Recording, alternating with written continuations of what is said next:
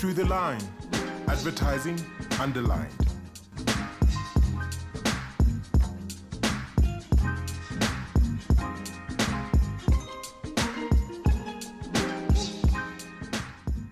Welcome to another installment of Through the Line, our online content channel that speaks everything advertising, media and communications. Today we're going to be focusing on the rebranding strategy that SAB underwent in the past couple of months. And we will be speaking to Speer Vundla, the brand director of SAB. Speer Vundla, welcome. Thank you so much for having me, bro. I've been so excited to have this conversation. Really great changes that we've been going through, and yeah, really happy to unpack that for you. Can you just unpack a little bit to us about the rebranding? What really inspired the rebranding? Well, SAB is a company that has been in this country for over 127 years. And after AB InBev had bought us out, there was a lot of confusion around, are we AB InBev, are we SAB? What is SAB? Is it still SAB? And we wanted to make a very clear statement that we are still very committed and invested in this country, which we have been in for as long as we have been around.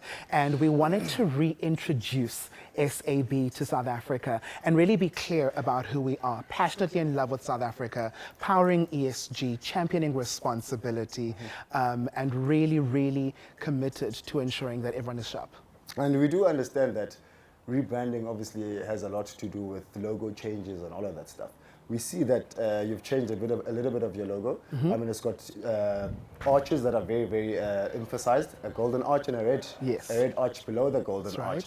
Can you just tell us a little bit about what that really means? Because we understand that the golden arch represents more cheers and the red one represents South Africa in its entirety. Well, it's actually more than that. So the circle itself is the imprint of beer. Literally, if you were to have an NRB bottle, a 340 ml, it'll have a circle. Okay. And so we want to remind you that beer has an impact on South Africa. The gold does speak to the liquid, which is the lifeblood of our business. The red speaks to the passion with which we live out our principles as a company.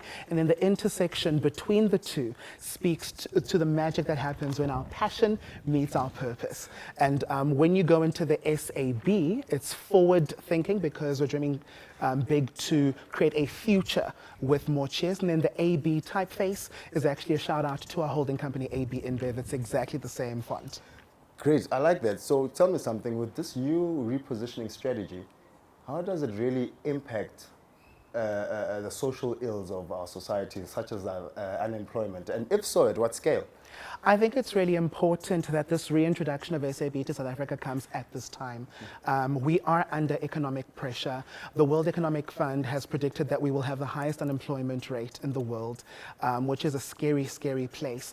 And who we are as a contributor to the economy is also an employer. We create jobs. We employ about 7,000 employees. There are 250,000 people in what I call the beer economy, from seed to sip. And the alcohol industry actually has over 1 million livelihoods that rely on it. So it is a very important one. As SAB specifically, though, we do have two programs that I'd like to emphasize amongst many. One is our Dynamics, which is our internship or trainee program, which opens pretty much every year to get young people into the business.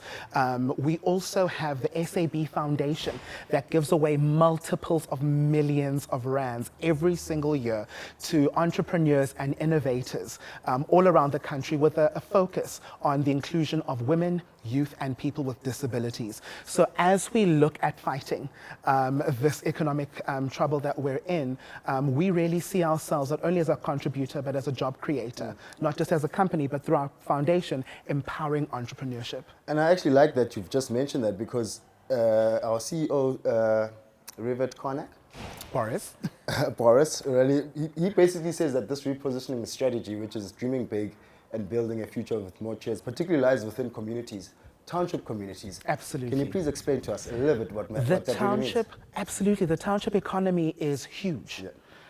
It is vast, and I think one of the powerful things is we often overlook it because we're used to it in Malukshini. Yeah. You know, you have Vugekseni, you get up, you walk past the spaza shop, you walk past umama or pegayo who serves meals every day. Maybe when you come back from work, you go past your tavern and you get yourself a Castle double malt. Sure. But all of that is happening in the township economy. You get your haircut there. So there are a lot of businesses, and it's really important that we ignite and really make sure that we're investing in the township economy to ensure that businesses are thriving. As SAB, we are big not only on entrepreneurship, but on championing responsibility in our communities, because we understand that harmful consumption of our products can be problematic and is problematic. And so we're actively fighting against that in our communities as well through various interventions. And then tell me something. You mentioned something about taverns, you know, and which brings me back to my next questions. Taverns are a big part of your business, or play a big part in your business. How does this new repositioning strategy actually give them a competitive advantage, and what in-store support data do you guys have for these people? So we have a lot that we're doing in the tavern space. No one does taverns like SAB does taverns. On the commercial side of things, we have a beautiful digital innovation called Bees. It's a powerful app that has really democratized digital innovation, putting us directly in contact with our customers all around the country. They can order on there. We're able to communicate responsibility around there. Incentives are on there. And we're able to talk to them very directly on there and normalize responsibility in the trade everywhere where our products are sold. And that's a really powerful, convenient tool that really helps to get their orders going at a good time, letting them know of any specials, incentives, deals that they can get access to.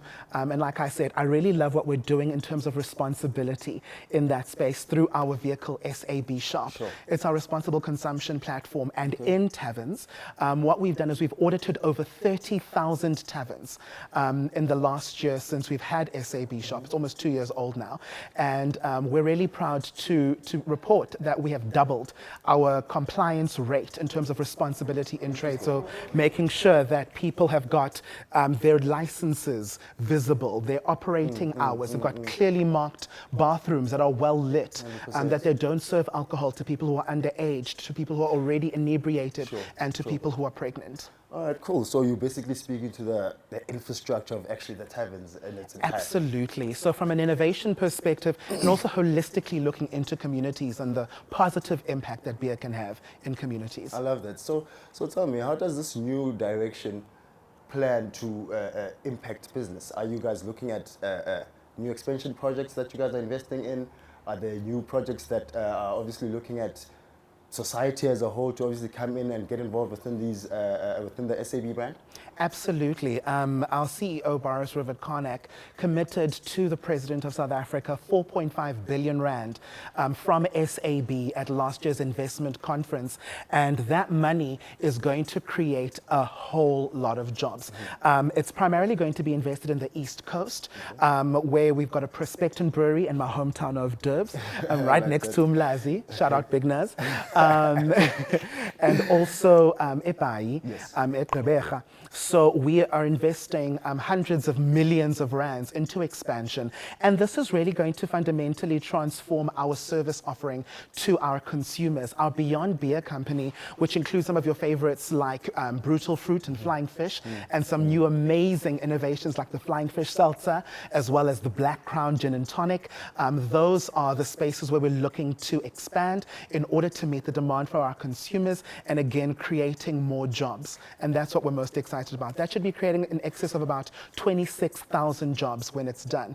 And we were very happy to take the Premier of KZN, Umam Dube and Ubabu Mabuyane in the Eastern Cape, and the respective premiers to the breweries to see the beginning of that expansion project. I like the sound of that. I really, really love the sound of that. It means that South Africa is in good hands. Absolutely. So tell me, how does this new strategy plan to maintain a strong foothold within the beer category, and how will it innovate?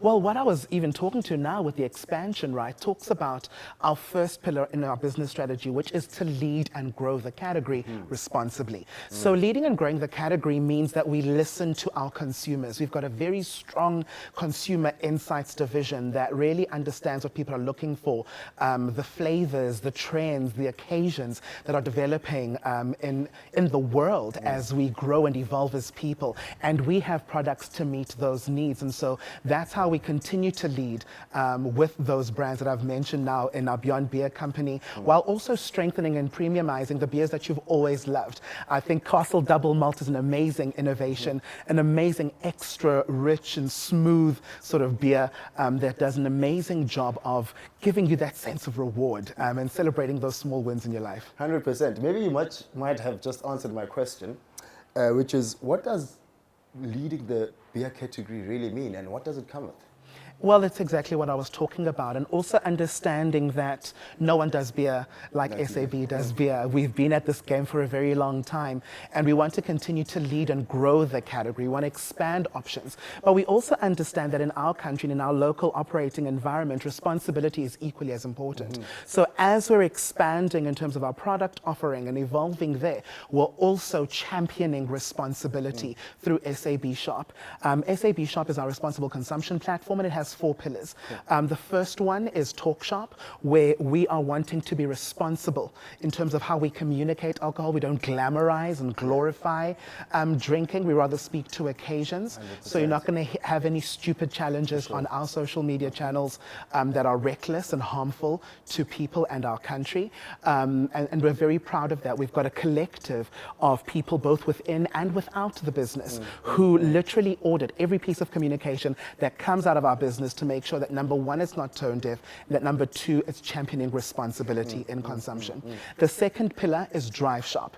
Through Drive Shop, we have our interventions through alcohol evidence centers. We have brick and mortar structures around the country, and now we've also started rolling out mobile alcohol evidence centers. So this is where we partner with the Department of Transport, the regional departments of transports, and Metro Police all around the country to breathalyze you. We've got an EBAT machine, world-class EBAT machine, with the evidence from which is admissible in court. We can keep it for about 9 years as well. And so we are making a very clear statement that you should not drink and drive. Responsibility for us is more than just a footnote. 100%. We're helping law enforcement to prosecute you. Our third one is Live Shop. And through Live Shop, we're wanting to really empower the communities in which we operate. The SAB Foundation is a key part of that in terms of the investment that it makes into entrepreneurship and innovation. Across the country, like I said, a holistic inclusion of women, youth, and people with disabilities, which I think is a really, really powerful one. And then, of course, the last one is Sell Shop, which is our responsible trader program. And that's when I was talking to you about where we actually audited these over 30,000 outlets, taverns last year against our compliance standard, and where we've doubled compliance within this 1 year. So we're very, very serious that growth and responsibility need to go together. Yeah. So I mean, you spoke about your Beyond Beer category. How do you plan on growing your Beyond Beer category after the brand building of your core brands within the beer category? As I was saying, it's literally listening to our consumers. Our consumer insights tell us exactly what people are into, what occasions are developing, what trends are happening. We listen to our consumers and we literally give them what they want. And so, for example, Castle Double Malt is something that came out of that, and I was really fortunate to be a part of that process, along with some amazing brains like Kuzima Tabire and Georgie Willows, who were the pioneers of that brand, where we looked at growth opportunity areas, we looked at trends, we looked at liquid development, made sure it was at a standard where it had superiority, and we were able to then go to market with a brand new brand within the Castle family, giving a different kind of a proposition. I think one of the other interventions that I haven't spoken about would be one that one of our brands, Carling Black Label, is championing through the No Excuse movement. No Excuse speaks to the champion man, because Carling Black Label is about discovering and unlocking the gold inside every man, the value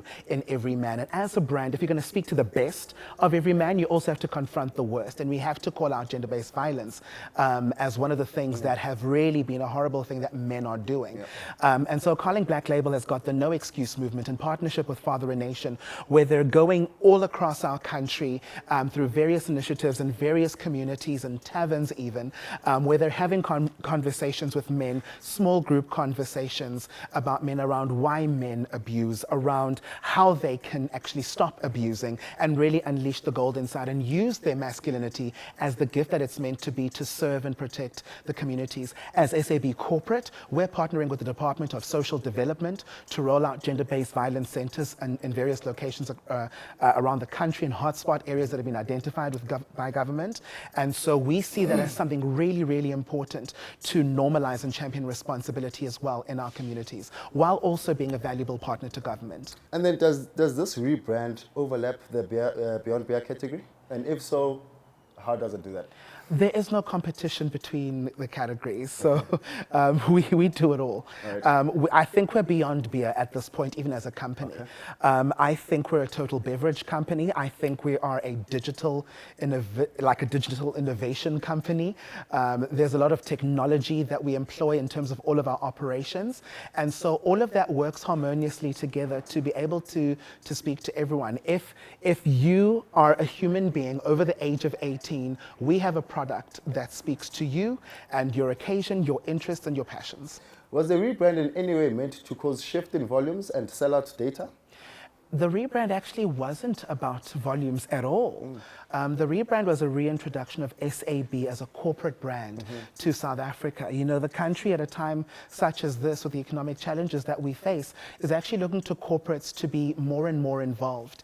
And I think, again, we've got 3 brand pillars. The first is what we call beernomics, where we want to talk about how beer is different to other categories of alcohol. You know, beer is a drink of moderation. It's got low and no alcohol options. And, you know, when it comes to issues like the regulatory space, we're looking there on the basis of our economic contribution to really seek and lobby for regulatory certainty, which enables us to make meaningful investments that can boost the economy and create jobs as we lead and grow our category responsibly. Our second brand pillar is SAB Beyond, where we're leading in ESG. ESG stands for environment, social, and governance. And those are all of the spaces where, beyond a traditional sort of beer or commercial space, you see SAB. Globally, we've got 8 priorities, but in South Africa, we're focusing on 4. And those are, obviously, given the power cuts that we have every day, renewable energy. We've got, in the water-stressed communities where we operate, water stewardship. We've obviously got entrepreneurship, which I've spoken to you about.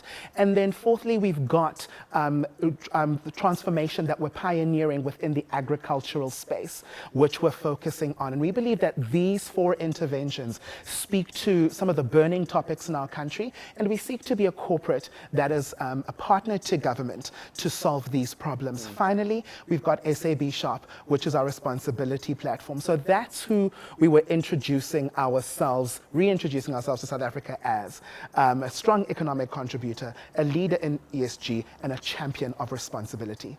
Spear, can you just tell us a little bit about this award-winning ad or campaign that you've just launched on? Well, I'm so excited. As part of our repositioning, we actually got to do our first brand film in almost 30 years. The last time SAB had an ad of this scale, I think we were kids, and there were people pulling different continents towards Africa, and the iconic legend Johnny Clegg with that soundtrack in the background. But this one is completely fresh and contemporary, and it's very much cut to the continuity of our positioning about dreaming big to create a future with more cheers. And it's a look to the future that we believe is possible with some of our investments and our interventions. It speaks to the emerging farmers. It speaks to youth employment. It speaks to entrepreneurship. It speaks to renewable energy. It speaks to our investment in sports, which we're so well known for the longest time. It speaks to even one of the scenes which I thought was really inspirational was one where there's a female president, right? And I really believe that that's possible when we are so focused in entrepreneurship on the holistic inclusion of women in the economy, that there could be a female leader that leads this country. And I think it says here's to the future, cheers to the future. And this is the future that we see. And so within each and every single scene, you see a beautiful representation of one of our programs. And that's how we've rolled it out on digital, you know, to break it down to everyone, the things that we're doing. And it's been really, really, really cool to also give a shout out to the brand brands within each one of those scenes where they were relevant. And it's been amazing to get an award only a month in to flighting it. And so I did that craft award for direction was given to us. And that was very, very powerful. And I'm also very proud of that because it was a diverse team of people who worked on it, mostly women who worked on the creation. We had a female director, Karina is absolutely amazing. And we did some amazing work on that. And I'm also very proud of Itumeleng Mihale, who's the senior marketing manager of the SAB corporate brand. And she was the one who spearheaded this repositioning work. And yeah, really, really fantastic stuff. Check it out on TV and social media. Thank you so much, Spear. I think we have come to the end of our interview and obviously at the end of our conversation, which has been very, very insightful.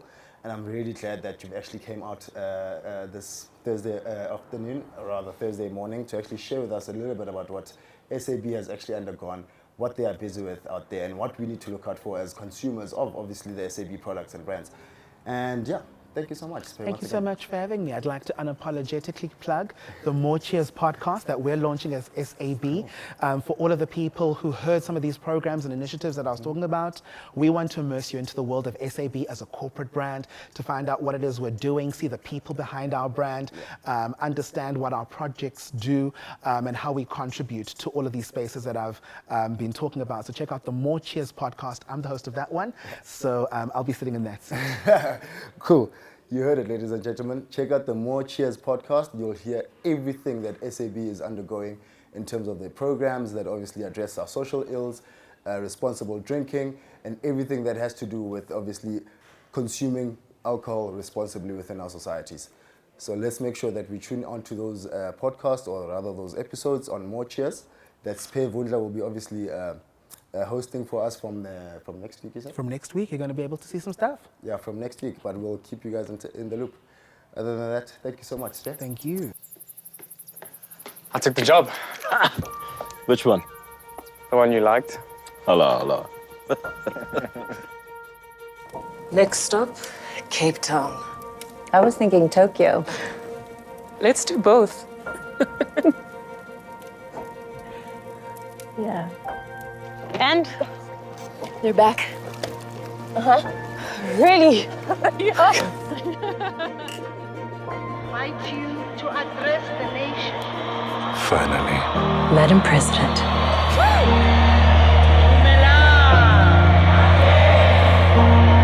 Bafana holding their lead at half-time in the knockout round.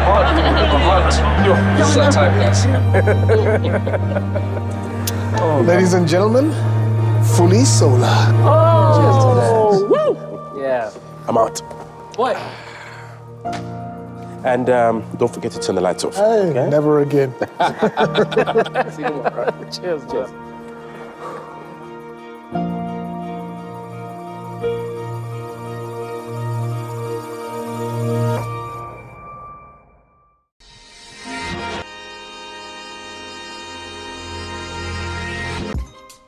Through the line, advertising underlined.